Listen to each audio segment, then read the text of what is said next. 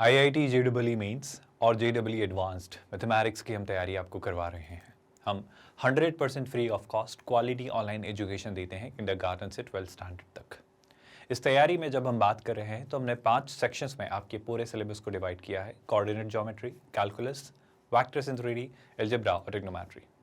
Coordinate हम खत्म कर चुके हैं, जहां हमने points, straight lines, pair of straight lines, circle, parabola, ellipse और हाइपरबोला की बात की थी।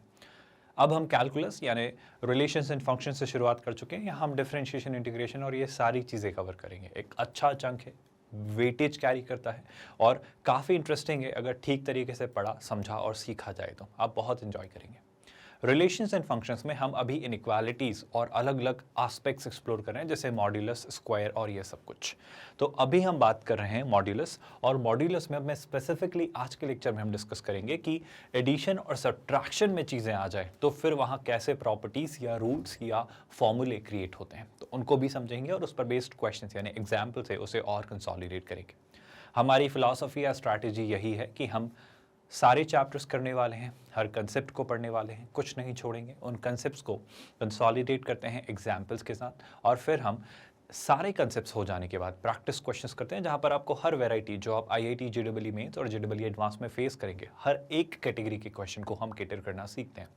और फाइनली चैप्टर को हम कल्मिनेट करते हैं JEE एडवांस्ड के सारे प्रीवियस ईयर्स क्वेश्चंस के साथ जो उस चैप्टर से पूछे गए हैं। यानी यकीनन तौर पर एक अच्छी सॉलिड तैयारी आपकी बिल्कुल free of cost. With that, अगर हम आज चीज़ें अनफोल्ड करें तो कुछ प्रॉपर्टीज़ आपके सामने आती हैं। गौर से सुनिएगा, सिंपल सी बात आपसे कहना चाह रहा हूँ। हमने मॉड्यूलस को देखा है कि मॉड्यूलस का डिस्ट्रीब्यूशन, मल्टीप्लिकेशन और डिविजन में हो जाता है। आई होप आपको याद होगा, ये एक अच्छा डिस्कशन में किया था कि सर अगर आपको कभी भी मैं कहूँ modulus over A dot B, तो इसे आप लिख सकते हो modulus of A into modulus of B। ये हमने बात की थी और उसका एक बेहतरीन सा डिस्कशन भी किया था। और उसी तरीके से डिवीजन में भी mod over A upon B अगर मुझे दिया हो तो मैं इसे mod A upon mod B कह सकता हूँ, कोई परेशानी नहीं है। ये बातें हमने डिस्कस की हैं, ये बातें हमने समझी हैं। आई होप आप ये बात जानते हैं। फिर क्या, अगर यही बातें एडिशन और सब्ट्रैक्शन में की जाए तो जी नहीं, बहुत सारे अलग अलग कंडीशंस एक्सप्लोर होते हैं। हम सारी एक एक कंडीशन को पढ़ेंगे, क्यों होती हैं वो भी समझेंगे, और आपको रटने की जरूरत नहीं पड़ेगी। आप बस समझें और अच्छे से समझें, आप खुद समझ जाएंगे कि हाँ ऐसा क्यों होता है, और आपको याद रहेंगी ये बातें क्योंकि आपने ठीक से समझी हैं। पहली बात सुनिएगा, पहली बात तो यही, सर अगर मैं x1 माइनस x2 का मॉड लेता हूं तो मैं जानता हूं वो x1 और x2 के बीच की डिस्टेंस है। ये डिस्कशन हमने किया है, अगर आपको याद है तो, है ना।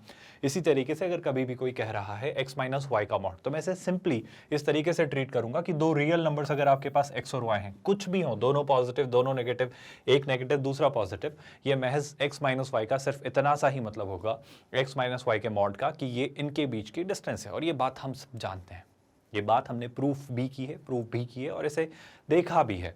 फिर क्या, फिर अगर मैं कुछ और प्रॉपर्टीज पर बात करूं, तो जब कोई कह रहा है mod over x plus y, तो पहली बात तो वो mod x plus mod y के इक्वल नहीं होता है। लेकिन आप ये बात याद रखना, ये हमेशा mod x plus mod Y से छोटा होगा, सिर्फ और सिर्फ कब, तब जब आपके एक्स और वाई के ऑपोजिट साइंस होंगे। आई रिपीट माई स्टेटमेंट, थोड़ा इसको समझने की कोशिश करो। वो ये कह रहा है कि अगर आपके पास लिखा हुआ है mod over x plus y, है ना, ये हमेशा आपका mod x plus mod Y से छोटा होगा।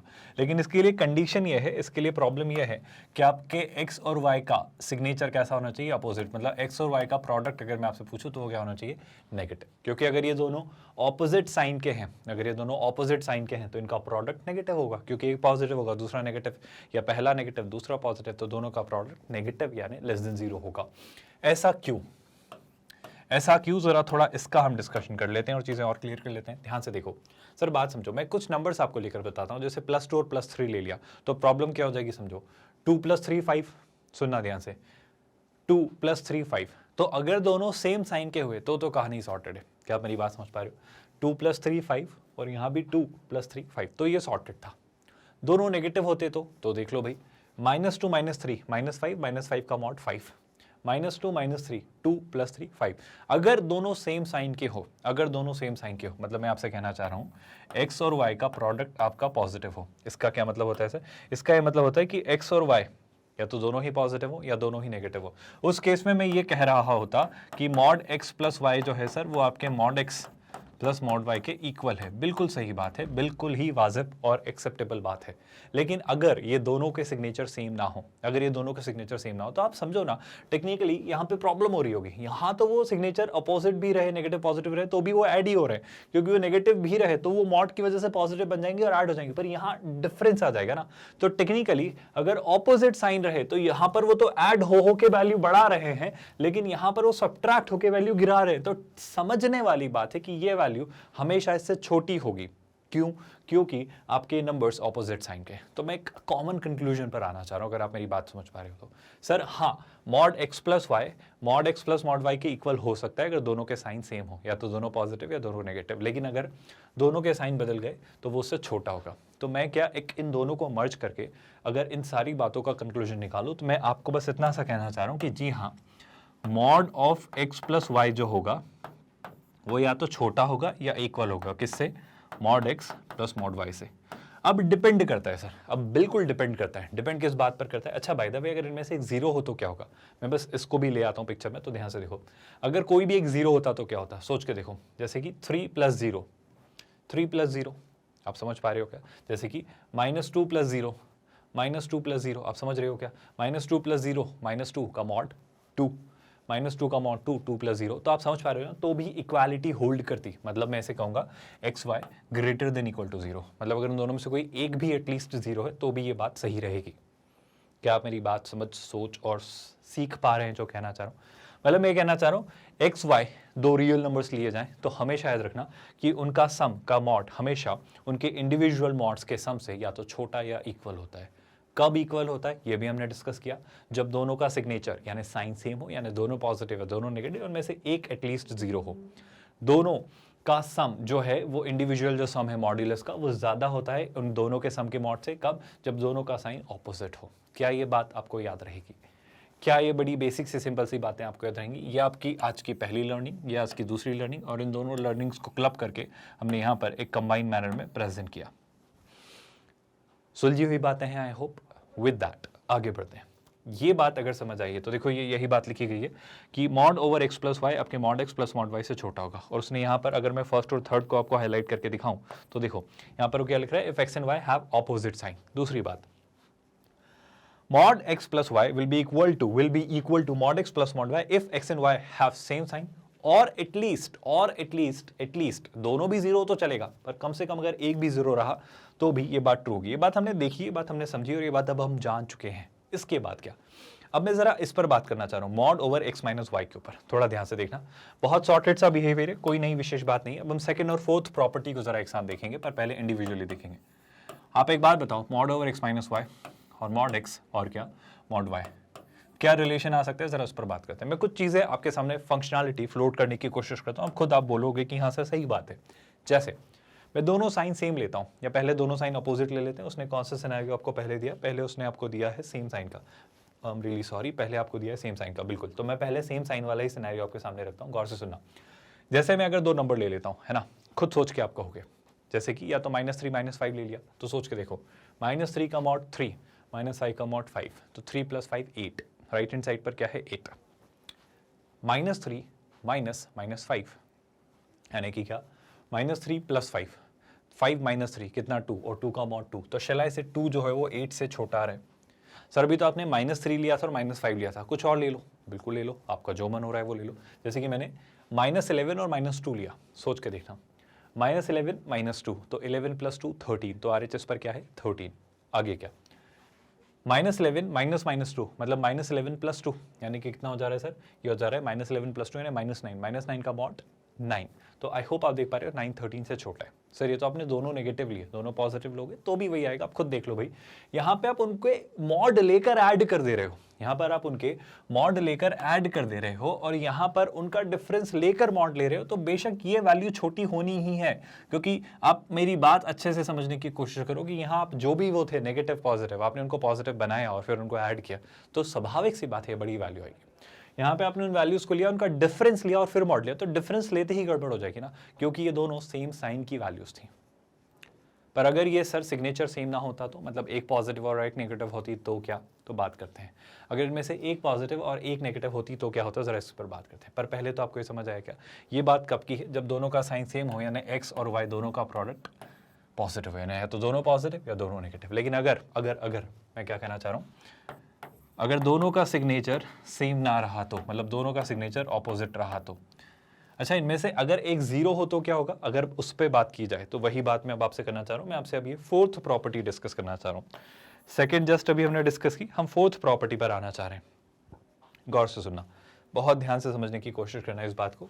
यहाँ पर लिखा हुआ है एक्स माइनस वाई का मॉड, और फिर वही बात मॉड एक्स प्लस आपका मॉड वाई, दोनों अगर ऑपोजिट साइन के लिए, जैसे कि लेट्स से -3 और 5, -3 3 5 5 3 + 5 8, -3 -5 क्या हो जाएगा भाई सर, ये हो जाएगा आपका -8, -8 का मॉड 8। क्या आपको बात समझ आ रही है?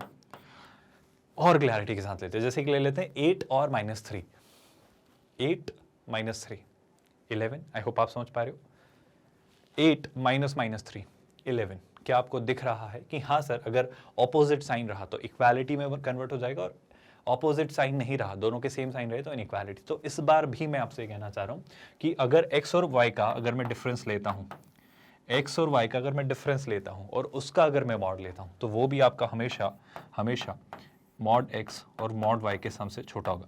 पर इससे मैं ये कंक्लूड नहीं करूंगा कि mod over x plus Y और mod over x minus Y में क्या रिलेशन होगा। ये एक अलग कहानी है, ये एक अलग कहानी है ना। लेकिन जो कहानी हमने कंक्लूड की वो क्या, कि सर चाहे mod over x minus y हो या फिर चाहे mod over x plus y हो, वो हमेशा आपके mod x plus mod Y से छोटे या उसके इक्वल होंगे। मतलब मैं कंक्लूजन जो एक कॉमन बात पर आना चाह रहा हूं वो आपसे ये कहना चाह रहा हूं कि मॉड ओवर x चाहे प्लस हो या माइनस, है ना, ये या तो छोटा होगा या बड़ा होगा, किससे, mod x plus mod Y से। और डिफरेंट डिपेंड करेगा, प्लस वाले केस में सिनेरियो अलग होगा, माइनस वाले केस में सिनेरियो अलग होगा। और हमने पूरी बात अब डिस्कस की है, और मेरा मानना है अब आप अच्छे से चीज़ें समझ चुके हैं, है ना।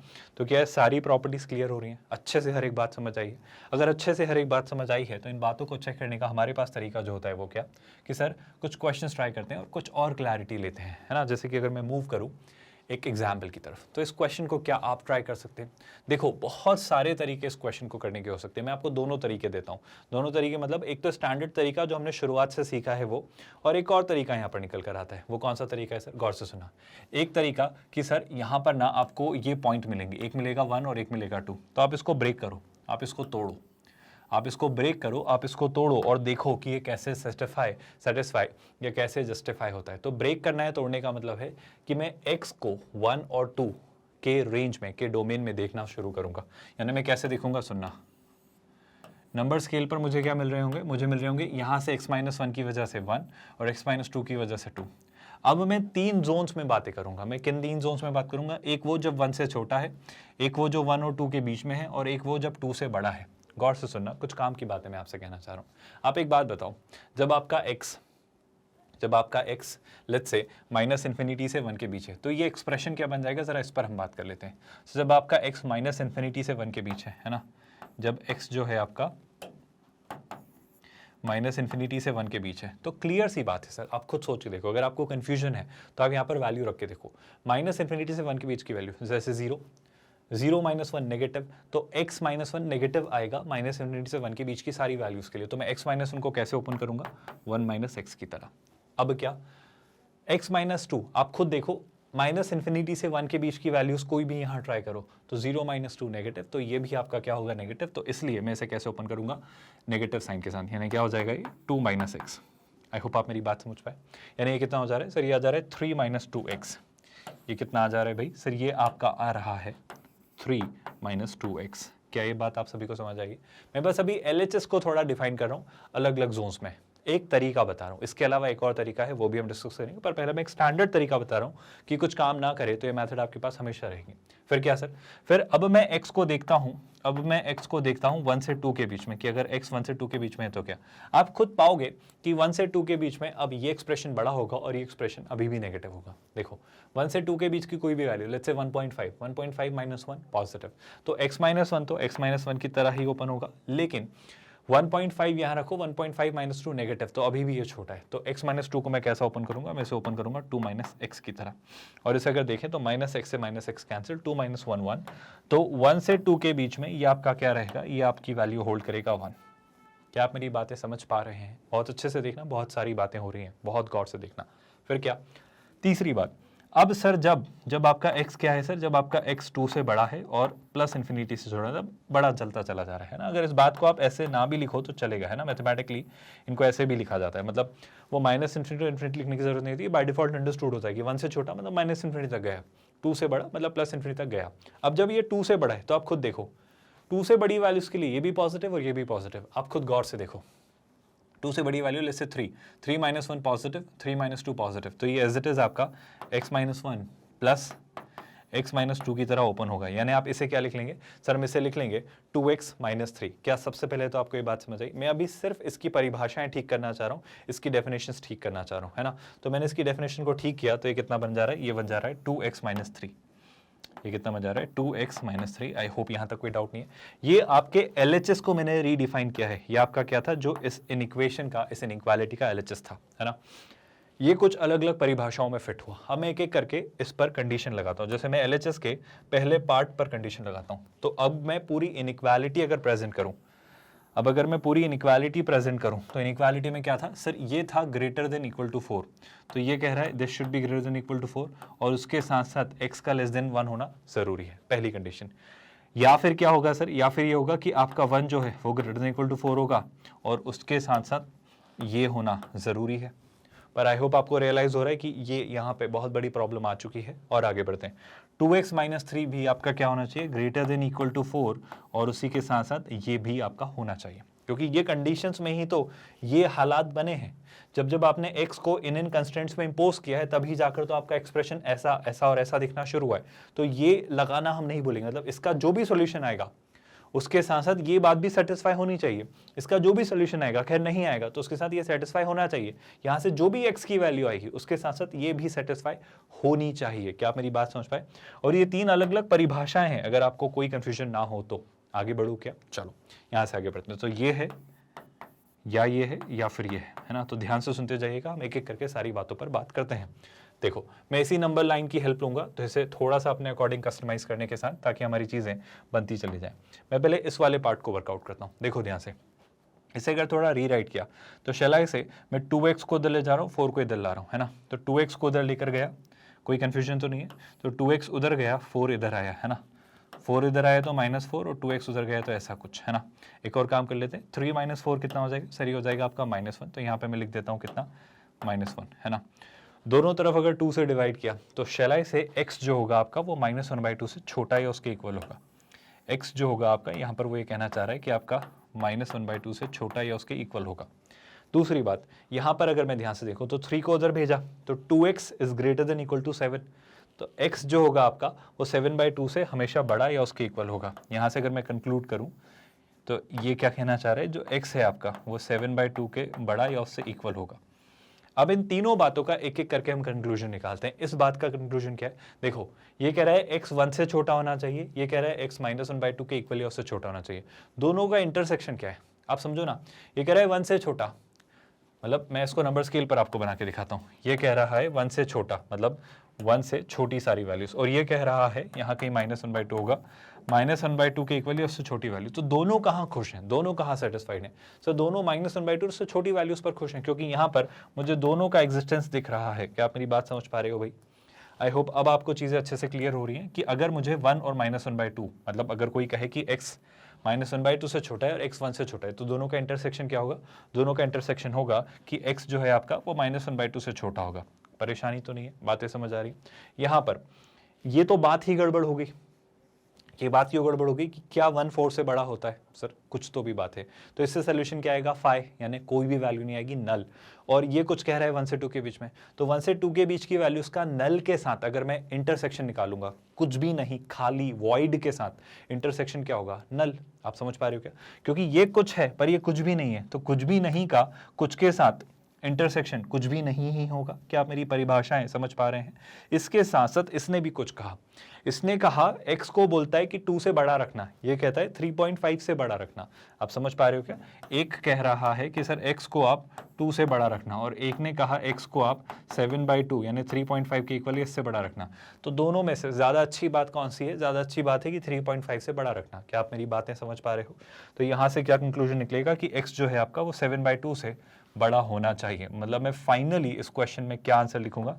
मैं लिखूंगा कि x या तो, इस क्वेश्चन का जो आंसर है वो होगा कि सर x जो होगा वो क्या होगा भाई, ध्यान से देखो, -1/2 के इक्वल या उससे छोटा, मतलब माइनस इन्फिनिटी से कहाँ तक? -1/2 तक। उसको इंक्लूड करना है क्या सर? इक्वल साइन लगाए, मतलब इंक्लूड करना है क्लोज ब्रैकेट। या फिर 7/2 के इक्वल या उससे बड़ा, तो 7/2 को इंक्लूड करना है तो उस पर क्लोज ब्रैकेट, और उससे बड़ा मतलब कहाँ तक जाओगे? इन्फिनिटी तक। तो क्या आप सभी को ये एक तरीका समझ आया, जो कि बेशक एक अच्छी ट्रेडिशनल कन्वेंशनल अप्रोच है और ऐसे किया जा सकता है, इससे करने में कोई बुराई नहीं है। के अलावा अगर आपका मन होता तो आप दूसरा तरीका भी यूज कर सकते थे, अपनी प्रॉपर्टी पर बेस, जो हमने सीखा है, जो हमने देखा है। आई होप आपको वो बातें भी याद हैं। मेरा कहना है अगर आप वो स्टैंडर्ड प्रॉपर्टीज जानते हैं, कौन सी हमारी, वही mod x plus mod y, जो कि आपका हमेशा ग्रेटर देन इक्वल टू होता है mod over x plus minus y के, तो उनके थ्रू भी आप इसके आंसर्स तक पहुंच सकते हैं। कोई विशेष कोई नई बात नहीं है। विद दैट, इसी प्रॉपर्टी, यही प्रॉपर्टीज जो हमने सीखी है, उनको लेकर क्लैरिटी लेने के लिए एक इस क्वेश्चन को ट्राई करते हैं। अब देखो, अब जैसे ही पहले तो इस बात पर बात कर लो, दूसरी बात, जैसे ही ऐसा कुछ लिखा हुआ दिखा कि sir mod over sin x plus cos x आपका mod sin x plus mod cos x के इक्वल है, अब ये कब संभव है? सर ये प्रॉपर्टी तो हमने जस्ट अभी पढ़ी है कि आपका ये एक्सप्रेशन तब ही इक्वल होगा जब आपके sin x और cos x दोनों का साइन या तो सेम कर दो, या फिर उन दोनों में से एटलीस्ट कोई एक जीरो कर दो। आप मेरी बात समझ पा रहे हो क्या? कंडीशन ये है कि 0 से 2π के बीच में आप वो हिस्सा ढूंढ लो, आप 0 से 2π के बीच में वो हिस्सा ढूंढ लो जहां जहां sin x और cos x। आई होप ये बात आपको समझ आ रही है कि मैं दोनों का साइन सेम क्यों करूँ। अगर भूल रहे हो तो मैं बस आपके सामने जल्दी से लिख देता हूं कि कभी कोई कहे, है ना, कभी कोई कहे mod a plus mod b जो है वो mod over a plus b के इक्वल है, तो ये बात हम जानते हैं, आपको अब भी जस्ट डिस्कस किया है। या तो दोनों नेगेटिव हो, तो देखो नेगेटिव नेगेटिव पॉजिटिव, मतलब सम हो जाएगा, मॉड उसको पॉजिटिव बना देगा, यहाँ भी पॉजिटिव पॉजिटिव होकर ऐड हो जाएंगे। तो अगर दोनों के साइन सेम हो, या तो दोनों नेगेटिव या दोनों पॉजिटिव हो, या फिर इनमें से एक भी जीरो हुआ तो ये जीरो होकर हट जाएगा और ये भी हट जाएगा, तो फिर वही mod a is equal to mod a। मतलब मैं कहना चाह रहा हूँ कि दोनों के साइन या तो सेम हो जाए, या फिर दोनों में से कोई एक एटलीस्ट जीरो हो जाए। तो मैं आपको 0 से 2π के बीच में वो हिस्सा पूछ रहा हूँ जहां पर sin x और cos x, क्योंकि आपके a और b कौन है? अब sin x और cos x, तो मैं वो हिस्सा पूछ रहा हूँ जहां पर दोनों ही या तो पॉजिटिव हो, या फिर दोनों ही नेगेटिव हो, या फिर दोनों में से कोई एक एटलीस्ट जीरो हो। मैं वो पॉइंट्स पूछ रहा हूँ और वही हमारा सोल्यूशन होगा। मतलब इस क्वेश्चन को मैं कोई मैथमेटिकल ऐसे कोई एक्सप्रेशन बना के सॉल्व नहीं करूंगा। मैं करूंगा कि सर मॉड लगा है, एक प्रॉपर्टी हमें पता है, वो प्रॉपर्टी हम जानते हैं, वो प्रॉपर्टी में लिख देता हूं कि sir mod over a plus b अगर कभी भी दिया जाए mod a plus mod b के, तो मैं यही जानता हूं कि ये तब ही ट्रू है जब आपके क्या हो, जब आपके दोनों a और b का साइन सेम हो, या फिर उनमें से एक एटलीस्ट वन ऑफ देम, है ना, इनमें से कोई एक क्या हो? जीरो। दोनों भी हो तो चलेगा, बट एटलीस्ट कोई भी एक a और b में से क्या हो? जीरो। क्या आप मेरी बात समझ पाए?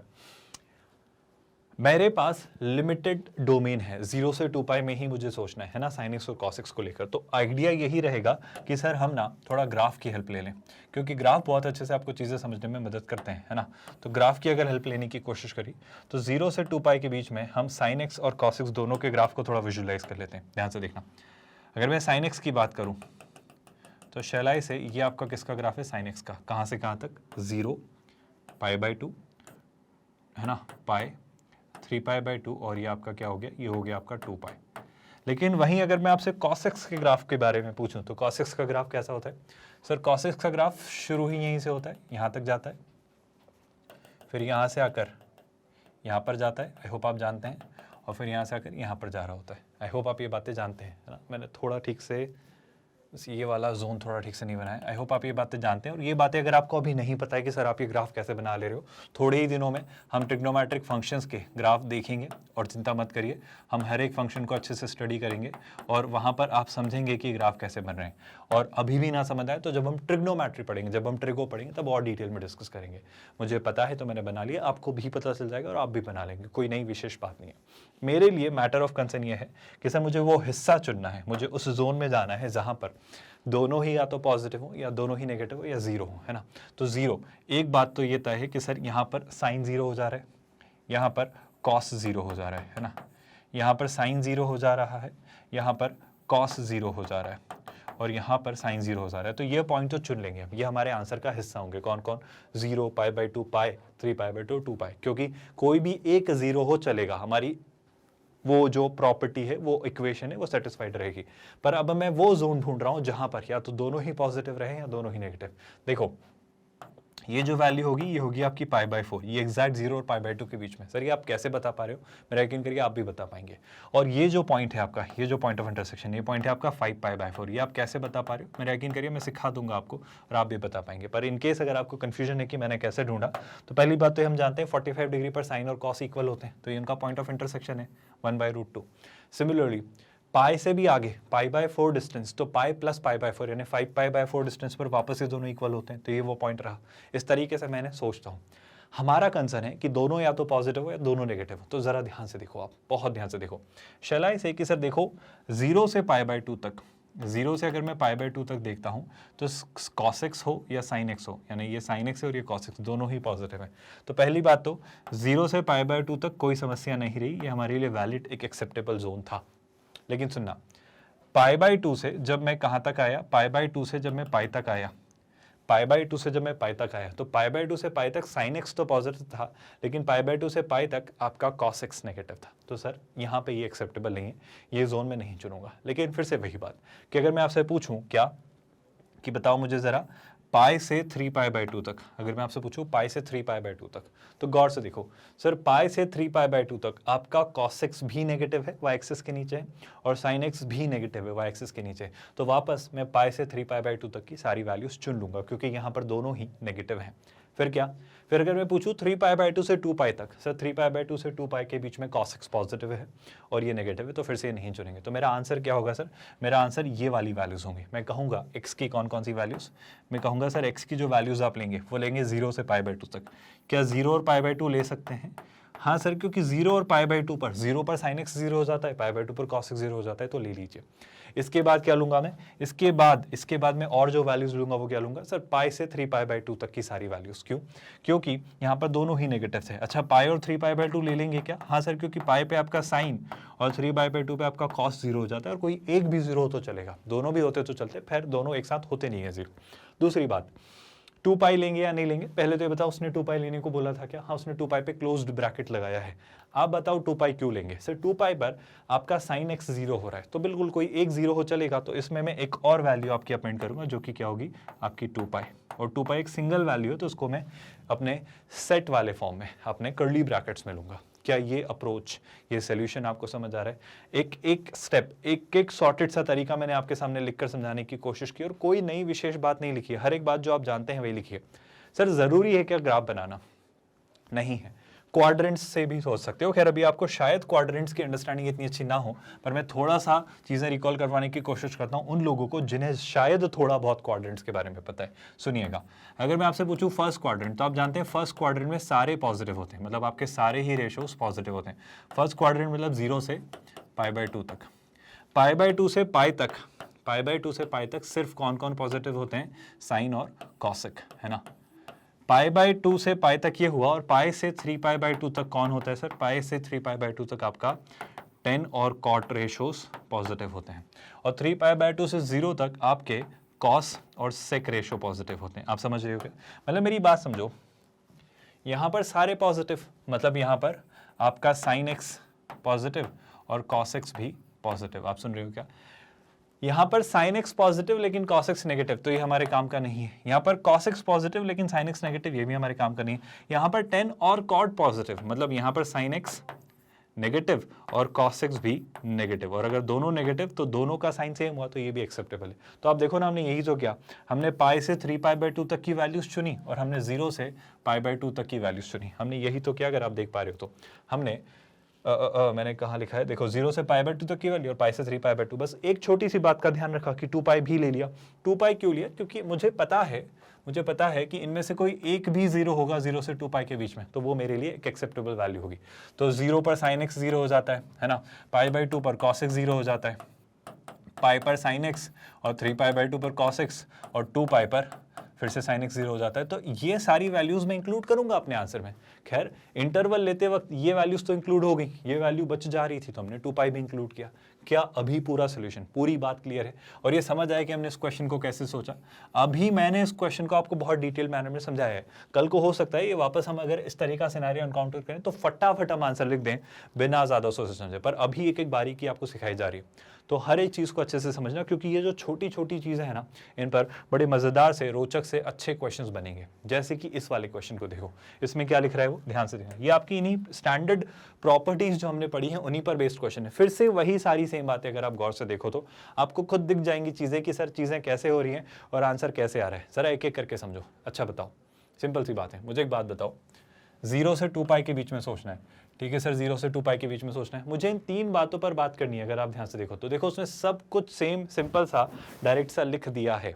अच्छा देखो, मुझे एक बात बताओ, इसको उसने क्या लिखा, ये उसने लिया -2x² + 1 और इसका उसने मॉड ले लिया। तो आई होप आप जानते हो, आप चाहे -2x² + 1 का मॉड लें या 1 - 2x² का मॉड लें, कोई फर्क नहीं पड़ता है, बात हम जानते हैं, है ना। मतलब ये बात तो हमने पढ़ी है ना कि आप x का मॉड ले लीजिए या फिर आप -x का मॉड ले लीजिए, ये एक ही बात है। तो उसने बस आपको घुमाने के लिए चीज़ ऐसी लिख दी, आपकी प्रॉपर्टीज़ की अंडरस्टैंडिंग वो चेक कर रहा है, कोई विशेष बात तो नहीं है। अच्छा एक बात और मुझे बताओ, ज़रा सोच के बताओ, e की पावर x को लेकर हम डिस्कशन करेंगे, पर अभी फिलहाल समझने की कोशिश करना कि e की पावर x आपका एक स्टैंडर्ड फंक्शन है और e की पावर x अगर आप देखोगे तो वो ग्राफ कुछ ऐसा जाता है, वो ग्राफ कुछ ऐसा जाता है। ये ग्राफ कैसे बन रहा है सर, ऐसा बात करेंगे हम, चिंता मत करिए। पर ये e की पावर x का ग्राफ कुछ ऐसा बनता है, अभी फिलहाल बस ऐसा मान लीजिए। और अगर ये e की पावर x का ग्राफ है तो मैं आपसे कहना चाह रहा हूँ कि हमेशा एक्स एक्सिस के ऊपर है, मतलब ये वाई एक्सिस की पॉजिटिव साइड पर ही है। मतलब मैं आपसे कहना चाह रहा हूँ कि आप ये पाएंगे थोड़े दिनों में कि ई की पावर एक्स की वैल्यू हमेशा पॉजिटिव होती है। आप इसको ऐसे मान लो, अगर अभी भी नहीं समझ आ रहे तो। ई एक फिक्स्ड वैल्यू है, ई एक फिक्स्ड वैल्यू है, जैसे मान लो 2.7। अब 2.7 की नेगेटिव पावर लो, पॉजिटिव पावर लो या जीरो लो, वो हमेशा पॉजिटिव ही होगा, क्योंकि नेगेटिव पावर लोगे तो ये 1/समथिंग कुछ हो जाएगा, तो कुछ छोटी वैल्यू देगा 1 से, लेकिन ऑफकोर्स कुछ पॉजिटिव वैल्यू ही देगा। जब आप यहाँ 0 रख दोगे तो 1 हो जाएगा, जब आप और 1 से बड़ी वैल्यू, 0 से बड़ी वैल्यूज रखोगे तो और बड़ा बड़ा होता चला जाएगा और इस तरीके से एक्सपोनेंशियली ग्रो करेगा। पर ये कभी नेगेटिव नहीं होगा क्योंकि उसका बेस सॉर्टेड सा एक पॉजिटिव वैल्यू है। आप बात समझ पाए क्या? तो मैं आपसे कहना चाह रहा हूँ कि e की पावर x हमेशा एक पॉजिटिव वैल्यू है, तो एक पॉजिटिव वैल्यू पर मॉड लगाऊं या ना लगाऊं एक ही बात है। क्या मेरी बात का सेंस आप समझ पा रहे हो? क्योंकि सर e की पावर x एक पॉजिटिव वैल्यू ही है, वो नेगेटिव होगी ही नहीं। तो e की पावर x पर मॉड लगाओ या ना लगाओ कोई फर्क नहीं पड़ता। क्या आप मेरा कॉन्टेक्स्ट समझ पा रहे हो? अच्छा, इसके साथ अब अगर मैं चीज़ें आपको दिखाने, सिखाने या बताने की कोशिश करूं तो ये जो एक्सप्रेशन आपके सामने लिखा गया है ये कुछ नहीं है, ये सीधा सा साधारण सा एक्सप्रेशन है। गौर से सुनना, ये क्या लिखा जा रहा है?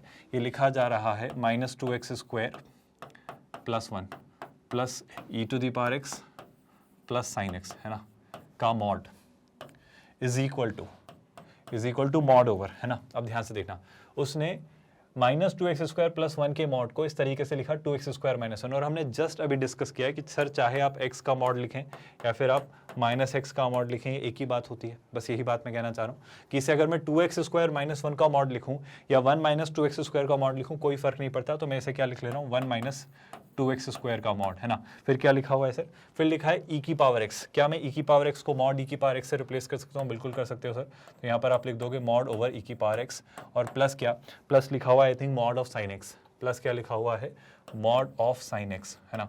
और इसमें कंडीशन जो उसने अप्लाई की है वो यही कि जो आप x देखेंगे वो कहाँ से कहाँ तक रखना, वापस 0 से 2 पाई के बीच में। तो जो क्वेश्चन आपको दिखना चाहिए था वो बॉइल डाउन होकर कुछ ऐसा आपको दिखना चाहिए था। पहले तो आपको सच बताइए, क्या पूरा क्वेश्चन समझ आया? जरा इसको भी अगर मैं लिखना चाहूँ तो 1 - 2x² लिख देता हूँ। ये -2x² + 1 लिखा है, मैं इसको शिफ्ट करके ऐसा लिख देता हूँ। तो ये आपका पूरा पार्ट आ रहा है। ये वही प्रॉपर्टी आप देखो, वहां पे हमने सर x और y में डील किया कि sir mod over x + y mod x + mod y के इक्वल या छोटा होता है तो हम क्या सोचते हैं। मैं कह रहा हूँ यहाँ पे भी बात वैसी ही है, पर यहाँ पर 2 टर्म्स के बजाय आपको उसने कितनी टर्म्स दे दी हैं? यहाँ पर 2 के बजाय उसने आपको 3 टर्म्स दे दी हैं। सबसे पहले तो ये बात आपको समझ आ रही है क्या? अब मेरा आपसे कहना है कि 0 से 2 पाई के बीच सोचते हैं चीजें कैसी होंगी। देखो सर इक्वल साइन लगा है। अब ये एक्सप्रेशन जो 3 टुकड़ों में टूटा हुआ है, जो 3 हिस्सों में टूटा हुआ है, कैसा? पहला हिस्सा, दूसरा हिस्सा और तीसरा हिस्सा, इन 3 टर्म्स का सम का मॉड इन इंडिविजुअल टर्म्स के मॉड्स के सम के इक्वल है। ये तब ही होगा जब इन तीनों के साइन या तो सेम होंगे या इनमें से कोई एक 0 होगी। अब इस बार किन्हीं दो को जीरो होना पड़ेगा, क्योंकि जब दो टर्म्स पर हम ये अप्लाई करते थे तो कोई एक जीरो होती थी कम से कम। पर अब जब आपकी क्या हो रही है भाई बात, जब बात ये हो रही है सर कि आपकी तीन टर्म्स हैं तो कम से कम दो टर्म्स जीरो होनी पड़ेंगी, या फिर इसके अलावा आपकी तीनों ही टर्म्स का साइन या तो पॉजिटिव हो या नेगेटिव हो। क्या आप मेरी बात समझ पा रहे हो? अब सुनना ध्यान से, जीरो पर मैं आऊंगा, पर उससे पहले मैं एक छोटी सी बात आपसे करना चाह रहा हूं। e की पावर x कैसी टर्म है सर? e की पावर x को गौर से आप देखोगे तो e की पावर x आपका हमेशा x एक्सिस से ऊपर है, यानी e की पावर x आपका हमेशा पॉजिटिव है। मतलब अगर सुनना, ये टर्म ने कहा कि मैं तो हमेशा पॉजिटिव ही हूं, आई एम ऑलवेज पॉजिटिव, तो क्या मैं ये कह सकता हूं कि अब तीनों का नेगेटिव होने का स्कोप तो खत्म हो गया? समझ पा रहे हो क्या? तीनों को नेगेटिव मैं क्यों नहीं लूंगा? क्योंकि प्रॉब्लम सॉर्टेड सी है सर। अगर तीनों को नेगेटिव ले लिया तो ये और ये नेगेटिव शायद कहीं होते होंगे 0 से 2 पाई के बीच में, अभी नहीं पता, पर होते होंगे, पर ये तो नहीं होता ना, तो तीनों नेगेटिव तो बनने से रहे। तो एकमात्र कंडीशन जो बच रही है वो ये कि तीनों को पॉजिटिव बनाओ। कंडीशन समझ आ रही है क्या? तो तीनों को पॉजिटिव बनाना है पहले तो। अच्छा, इक्वल टू जीरो चलेंगे क्या? हाँ चलेंगे, पर इक्वल टू जीरो दोनों होने चाहिए। इसका क्या मतलब है? मतलब अगर किसी x की वैल्यू पर ये जीरो हो रहा है तो उस वैल्यू पर ये भी जीरो होना चाहिए, ये कंडीशन है। बात ये है कि अगर इनमें से कोई एक जीरो हो और बाकी दोनों नहीं हुए तो फिर ये इक्वेशन ट्रू नहीं होगी। आई होप आप समझ पा रहे हो। तो कंडीशन दो है हमारे सामने कि पहली बात तो ये तीनों ही अब पॉजिटिव होंगी, क्योंकि इसने बोला कि मैं तो पॉजिटिव ही हूं, तो इन दोनों को भी पॉजिटिव होना पड़ेगा अगर ये इक्वेशन सेटिस्फाई हो रही है तो। और दूसरी बात, अगर कहीं जीरो हुए तो पहली बात तो ये तो जीरो होता नहीं है, तो अगर कहीं जीरो हुए तो अब हमारे पास एटलीस्ट 2 को जीरो करना था, ये जीरो हो नहीं रहा है, तो अब इन दोनों को जीरो होना पड़ेगा। तो x की किसी भी वैल्यू पर अगर जीरो हो रहे हैं तो दोनों ही जीरो हों एक साथ, उस बारे में हम बात करेंगे। पर पहले तो मैं इस पर बात कर लेना चाह रहा हूँ कि इन तीनों के पॉजिटिव होने के लिए क्या स्कोप हमें दिख रहा है। क्या आप मेरी बात समझ पा रहे हो? तो पहले मैं 1 - 2x² को पॉजिटिव बनाता हूँ। जब हम 1 - 2x² को पॉजिटिव बना रहे हैं तो मेरे ख्याल से कुछ ऐसा हमें दिखेगा। कोई परेशानी? इस थोड़ा रीराइट करते हैं। तो क्या मैं इसे लिख सकता हूँ 2x² - 1 शुड बी नेगेटिव। अच्छा, इसको क्या मैं a² - b², जैसे देखो मैं पहले तो 2 कॉमन ले लेता हूँ, तो 2 कॉमन लिया तो क्या बन जाएगा सर? ये बन जाएगा x² - 1/2 should be less than 0। इस 1/2 को क्या मैं अंडररूट ओवर, ध्यान से देखना, मैं ऐसा लिख सकता हूँ कि x² - 1/√2 का होल स्क्वायर लेस देन 0। अब देखो a² - b² बच रहा है, यानी अगर मैं इसे और ठीक से लिखूँ तो क्या मैं इसे लिख सकता हूँ? ध्यान से देखना, x + 1/√2 है ना, आप देख पा रहे हो क्या?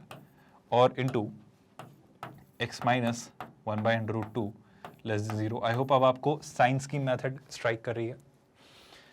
इसी बात को कहने का तरीका यहीं से भी देखा जा सकता था, अगर आप देखते तो, कि अगर मैं यहीं से लिख देता कि x² जो है आपका 1/2 से छोटा होगा, तो वहां से भी आप कंक्लूड कर सकते थे। बट चूंकि अब आपको वेवी कर्व मेथड सिखा दी गई तो मैं यहाँ पर इस तरीके से बात करना चाह रहा हूँ। तो क्या बात समझ आ रही है?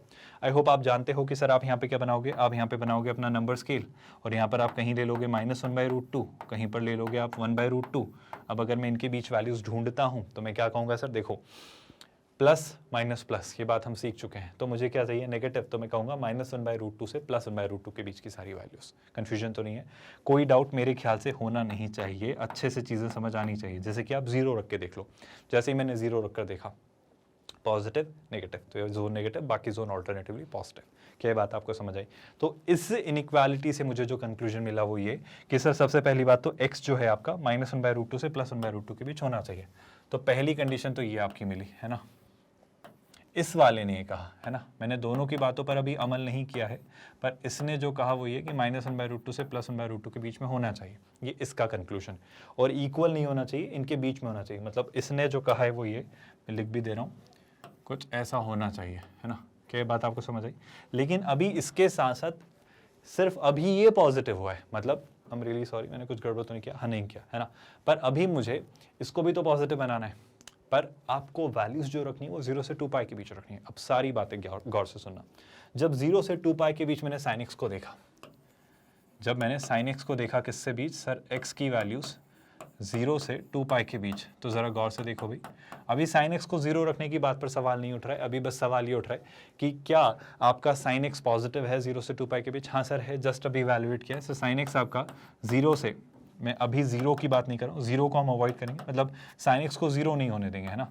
तो मैं बोलूँगा कि सर 0 से π/2 पहला जोन और दूसरा जोन क्या सर, जस्ट अभी हमने डिस्कस किया है, पॉजिटिव चाहिए है ना, तो 0 से पाई बाई 2 पर ये पॉजिटिव हो रहा है, और दूसरा जोन पाई बाई 2 से पाई, आई होप आपको पता है ना, दूसरा जोन आपका पाई बाई 2 से पाई, इन दो जोन्स में आपका साइन जो है ऑफ कोर्स क्या होगा, पॉजिटिव। अच्छा, पाई बाई 2 इंक्लूड करूँ क्या, हाँ सर पाई बाई 2 इंक्लूड कर सकते हो, क्योंकि पाई बाई 2 पर कॉस 0 होता है, पाई बाई 2 पर कॉस 0 होता है, साइन तो चलेगा। तो इस बात को लिखने का एक अच्छा तरीका ये हो सकता है क्या, कि सर साइन एक्स 0 से पाई में पॉजिटिव होता है। अच्छा सर, ये इतनी बातें आप घुमा फिरा के लिख रहे हो, इससे अच्छा तरीका नहीं हो सकता था क्या, बिल्कुल हो सकता है। वो तरीका क्या होगा सर, साइन एक्स का आप ग्राफ बनाओ, साइन एक्स का जब आप ग्राफ बनाओगे 0 से 2 पाई के बीच में, तो ये 0 से पाई में पॉजिटिव और पाई से 2 पाई में नेगेटिव। मुझे साइन एक्स पॉजिटिव चाहिए, तो 0 से पाई मैंने चुन लिया। क्या आपको बातें समझ आ रही हैं? अब कुछ ज़रूरी बातें, पाई क्या होता है सर, पाई अप्रॉक्सीमेटली जो वैल्यू होती है वो कितनी होती है, वो होती है 3.14। सुन रहे हैं क्या आप लोग? अब सुनना ध्यान से, साइन ने कहा कि मैं 0 से पाई के बीच में पॉजिटिव हूँ, साइन ने कहा कि मैं 0 से पाई के बीच में पॉजिटिव हूँ, मतलब अच्छा जरा इन वैल्यूज पर भी गौर फरमाते हैं। पहले तो ये बताओ, इनके बीच में कहीं ना कहीं 0 रहा होगा, इनके बीच में कहीं ना कहीं 0 रहा होगा। अच्छा, √2 कितना होता है सर, √2 होता है 1.4 समथिंग, 1/1.4, तो 1 को 1 से बड़ी वैल्यू से डिवाइड किया तो 1 से तो छोटी वैल्यू मिलेगी। आई होप आप समझ पा रहे हो, न्यूमरेटर डिनोमिनेटर से छोटा है, तो ये फ्रैक्शन 1 से छोटा है, मतलब 3.14 यहीं कहीं आएगा, यानी ये जो होगा आपका पाई होगा। पाई के आगे भी वैल्यूज होंगी, पर उनके बारे में कंसिडरेट है ही नहीं। तो इसने, साइन ने कहा कि मुझे आप 0 से किसके बीच रखेगा, पाई के बीच। क्या आपको प्रॉब्लम समझ आ रही है? पहली बात तो दोनों एक साथ कहीं 0 हो रहे हैं क्या, इस बारे में चलो बात कर लेंगे बाद में। आप पहले तो बस इस वाले हिस्से को देखो। मैं आपसे कहना चाह रहा हूं कि साइन एक्स यहां से यहां तक पॉजिटिव है, 1 - 2x² यहां से यहां तक पॉजिटिव है। दोनों कहां पर पॉजिटिव है सर, दोनों इस जोन में पॉजिटिव है। तो क्या आपको वो कॉमन कंक्लूजन समझ आ रहा है कि मैं कहूंगा कि सर 0 से 1/√2 के बीच की अगर आप वैल्यूज लें, 0 से 1/√2 के बीच की अगर आप वैल्यूज लें, तो फायदा ये होगा कि वहां पर साइन एक्स, 1 - 2x² और e की पावर x तीनों ही पॉजिटिव होंगे, क्योंकि नेगेटिव तो होने से रहे थे। और अगर तीनों ही पॉजिटिव होंगे तो ये आपका सोल्यूशन होगा, बशर्ते इसमें आप एक कंडीशन लगा के चेक कर लो। एक और कंडीशन क्या, कि आपके जो वैल्यूज हैं कौन कौन सी, 1 - 2x² और साइन एक्स जहाँ 0 होती हैं, क्या उनमें से कोई भी वैल्यू ऐसी है जहाँ पर दोनों एक साथ 0 होते हैं? जैसे कि मैंने 1 - 2x² को 0 रखा और साइन एक्स को 0 रखा, है ना। जब मैंने साइन एक्स को 0 रखा तो 0 से 2 पाई के बीच साइन एक्स कहाँ 0 हो रहा है सर, ये हो रहा है 0 पर, पाई पर और 2 पाई पर, है ना। और जब इसे 0 रखा तो x कितना मिल रहा है सर, देखो ध्यान से, 2x² = 1, तो x जो आ रहा है आपका वो आ रहा है +-1/√2। वो यही आपके क्रिटिकल पॉइंट्स आ रहे हैं, आप समझ रहे हो क्या? तो क्या इन दोनों में और इसमें कोई भी वैल्यू कॉमन है? मेरे ख्याल से तो नहीं है। +-1/√2 ये है, 0 यहाँ है, पाई यहाँ है, 2 पाई और आगे आएगा, तो कोई भी ऐसी सेम वैल्यू नहीं है जहां पर ये और ये दोनों 0 हो गए। क्योंकि आप बात समझो, अगर ये दोनों 0 हो जाते तो फायदा क्या होता वो समझना। देखो, ये भी 0 हो जाता x की किसी सेम वैल्यू पर, और ये भी 0 हो जाता, तो क्या बचता सिर्फ e की पावर x। यहाँ पर भी ये और ये 0 हो जाते तो क्या बचता, e की पावर x। तो e की पावर x का मॉड e की पावर x के मॉड के इक्वल होता। इसे 0 क्यों नहीं बनाए? क्योंकि 0 नहीं होता है, e की पावर x एनीवे 0 होता ही नहीं है, अगर आप मेरी बात समझ पा रहे हो। तो शैलाय से सर कॉमन जो फाइनल कंक्लूजन निकलेगा वो बात यहाँ पर आकर इस डेटा पर वेरीफाई होगी कि आपका जो x है वो 0 से 1/√2 के बीच लाई करेगा। क्या आपको ये बात बहुत क्लियरली सॉर्टेड मैनर में समझ आई है? इस क्वेश्चन में एक छोटा सा एड ऑन और करता हूं, सुनना ध्यान से। इसमें ना एक छोटी सी वैल्यू के साथ थोड़ा कंसिडरेशन हो रहा है। अगर e की पावर x एक ऐसी वैल्यू होती जो फ्लक्चुएटिंग होती तो गड़बड़ होती, पर e की पावर x ने पता है बहुत सारी चीजें सॉर्ट आउट कर दी। कैसे? सुनना, e की पावर x ने जैसे ही कह दिया कि मैं तो हमेशा पॉजिटिव हूँ, e की पावर x ने जैसे ही कह दिया कि मैं तो हमेशा पॉजिटिव हूँ, तो इन दोनों के लिए हमारे लिए जानना आसान हो गया कि हमें इन्हें पॉजिटिव बना के रखना है। दूसरी बात, इन दोनों में से कोई एक भी अगर 0 हुआ, इन दोनों में से कोई अगर एक भी 0 हो तो चलेगा क्या? मतलब ऐसा जरूरी है क्या कि सर दोनों ही 0? इस पर बात कर लेते हैं। मान लो जैसे कि इन दोनों में से सिर्फ यही 0 हुआ, इन दोनों में से मान लो सिर्फ यही 0 हुआ, तो क्या चलेगा क्या? इसी पर बात करते हैं। जैसे कि अगर ये 0 हो गया तो ये 0 हो चुका है। अब अगर ये पार्ट और ये पार्ट 0 होता है, हट चुका है, आई होप आपको दिख रहा है, तो क्या बच रहा है? सिर्फ ये बच रहा है और ये बच रहा है। अब हमने साइन एक्स की कैसी वैल्यू ली है? साइन एक्स की पॉजिटिव वैल्यू ली है, तो सर e की पावर x और साइन एक्स यहाँ भी पॉजिटिव है और यहाँ भी पॉजिटिव, तो वैल्यू हमारी होल्ड करेगी। तो मैं थोड़ा सा अपने वर्ड्स को करेक्ट करता हूँ। अगर e की पावर x ने ये नहीं कहा होता ऑलवेज पॉजिटिव, तो मैं कहता एटलीस्ट 2 तो 0 होंगे। एक सिनेरियो वो भी होता, पर अभी फिलहाल इसने अपने आप को रिस्ट्रिक्ट कर लिया, इसने आपको आइसोलेट कर लिया है बोलकर कि मैं तो हमेशा पॉजिटिव हूँ, तो मेरे लिए एटलीस्ट 1 होना भी 0 चलेगा। मतलब मैं आपसे क्या कहना चाह रहा हूँ, इसमें एक छोटे से करेक्शन के साथ हम आगे बढ़ेंगे कि कोई भी एक का 0 होना चलेगा। क्या आप मेरी बात समझ पा रहे हो? किसी भी एक का भी, एटलीस्ट 1 का भी 0 होना चलेगा। मतलब मैं कहूँगा भाई, मैं कहूँगा सिंपल सी बात कि चाहे आपका sin x हो या चाहे आपका क्या हो, चाहे आपका sin x हो या फिर चाहे आपका क्या हो भाई 1 - 2x², उनमें से कोई एक भी अगर 0 रहा तो भी वो आपका चलेगा। क्या मेरी बात आप समझ पा रहे हो? तो 0 से 2 पाई के बीच में sin x 0 से पाई पर आपका पॉजिटिव है और इसके अलावा 2 पाई पर वो क्या है 0, तो चलेगा ये। क्या आप मेरी बात समझ पा रहे हो? अच्छा, इसके साथ साथ मैं जब फाइनल कंक्लूजन पर आया तो 1 - 2x² ने क्या कहा कि आप मुझे -1/√2 से +1/√2 के बीच कहीं भी लीजिए, और sin x ने कहा कि आप मुझे 0 से पाई के बीच में कहीं भी ले लीजिए। इवन आप मुझे 2 पाई पर भी लेंगे, मान लो यहाँ पर लिखा होता 2 पाई, तो 2 पाई भी मेरा चलेगा। पर मैं कहना चाह रहा हूँ इन सब के बीच अगर मैं कॉमन ढूंढूं तो कॉमन क्या निकल कर आता है? कॉमन निकल कर आता है 0 इसके लिए और इसके लिए, दोनों के लिए है, और 1/√2 इसके और इसके दोनों के लिए। तो इस तरीके से आप 0 से 1/√2 के बीच की सारी वैल्यूज मार्क करेंगे। मैं इस बात को एक बार और क्लियर कर दे रहा हूँ कि 0 और 1/√2 इंक्लूड करने में क्यों कोई बुराई नहीं है, समझने की कोशिश करना।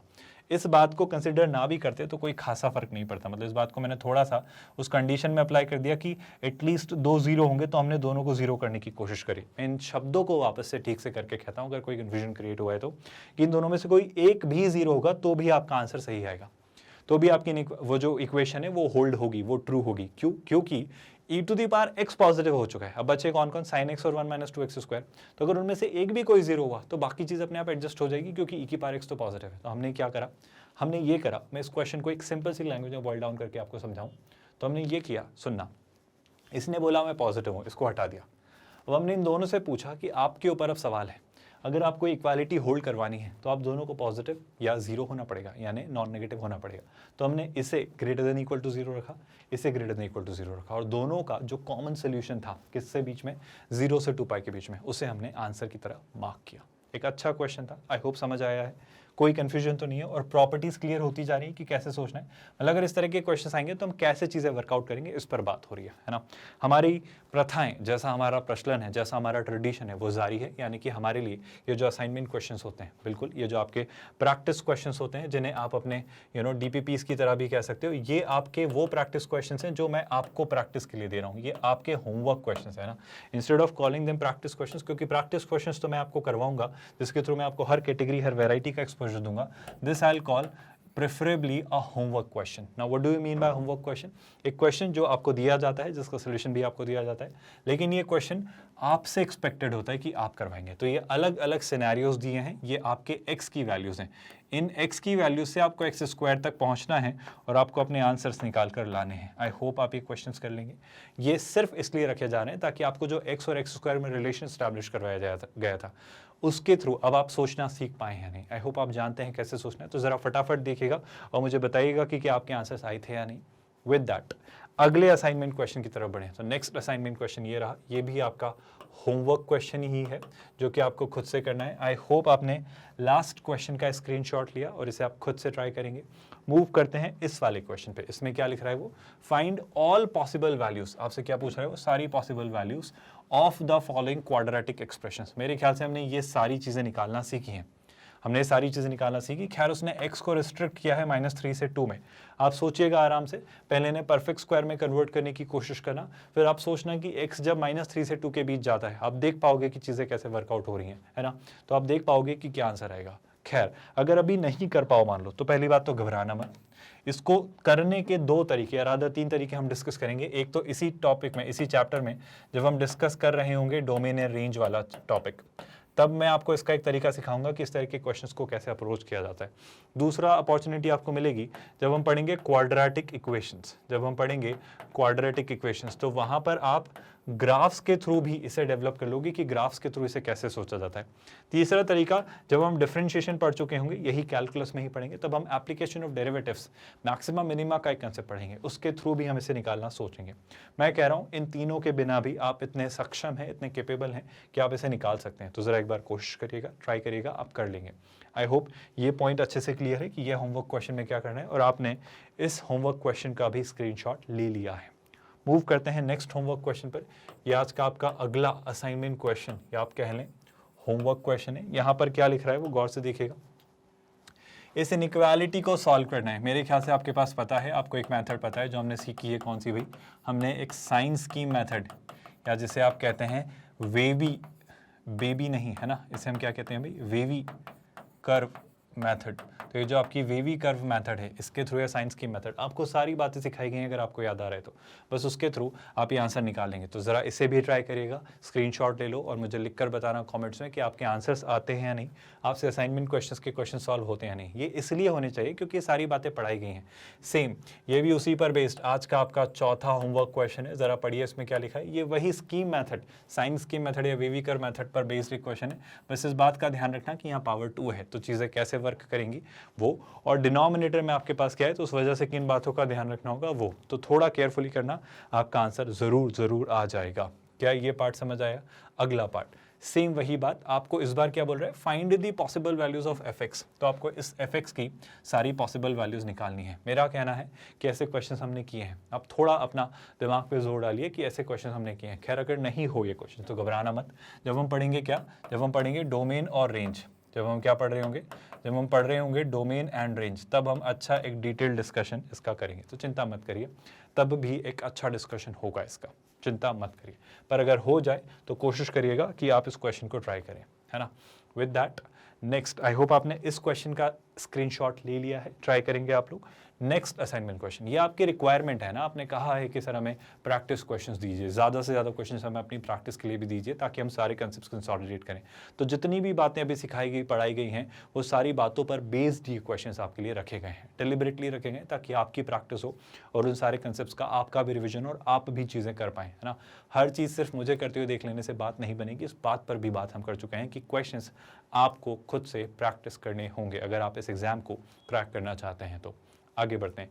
क्या ये कुछ ऐसा नहीं लग रहा है जो हमने सीखा है? मॉड्यूलस पर बेस्ड प्रॉपर्टी है, आप आराम से ट्राई करिए। और यहाँ पर तो इनइक्वालिटी भी नहीं है, ये इक्वालिटी है।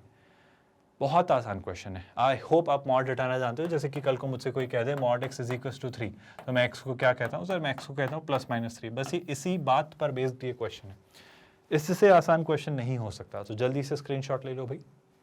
नेक्स्ट, ये भी आपके लिए होमवर्क क्वेश्चन है। काफ़ी सारे, काफ़ी अच्छे, बहुत मज़ेदार से होमवर्क क्वेश्चंस रखे गए हैं। जैसे अगर इस क्वेश्चन में देखा जाए तो क्या लिख रहा है वो, इस इनइक्वालिटी को सॉल्व करना। आई होप मुझे सिखाने की ज़रूरत नहीं है, आज के ही लेक्चर्स में हमने पढ़े हैं ये सारी बातें, है ना। इस पर बात हमने करना सीखी है, इस पर तो बात आप जानते हैं कैसे की जाती है। ये सारी प्रॉपर्टीज़ हमने डिस्कस की, अगर आपको याद आ रही हैं तो इन पर आप चीज़ें डील करना जानते हो कि मॉड अगर किसी से छोटा है, मॉड अगर किसी के इक्वल है, मॉड पर अगर लेस देन और ग्रेटर देन दोनों लग रहा है तो कैसे सोचा जाता है। एक अच्छा डिस्कशन हमने किया है। आई होप आपको ये प्रीवियस कुछ लेक्चर्स के दौरान ही ये सारी प्रॉपर्टीज़ डिस्कस हुई हैं और ये उन्हीं पर बेस्ड क्वेश्चन है। तो जल्दी से स्क्रीनशॉट ले लीजिए। आज का आपका अगला असाइनमेंट क्वेश्चन है। विद दैट नेक्स्ट क्वेश्चन कुछ भी नहीं है, ये सारे असाइनमेंट क्वेश्चंस उम्मीद की जाती है कि आप प्रैक्टिस करेंगे और चीज़ें अच्छे से वर्कआउट करेंगे। ये आपकी IIT JEE मेंस और JEE एडवांस्ड मैथमेटिक्स की तैयारी बिल्कुल फ्री ऑफ कॉस्ट करवाई जा रही है। हम 100% क्वालिटी ऑनलाइन एजुकेशन देते हैं किंडरगार्टन से 12th स्टैंडर्ड तक। With that let's call it a day here. ख्याल रखिए अपना। Thank you so much for watching this video.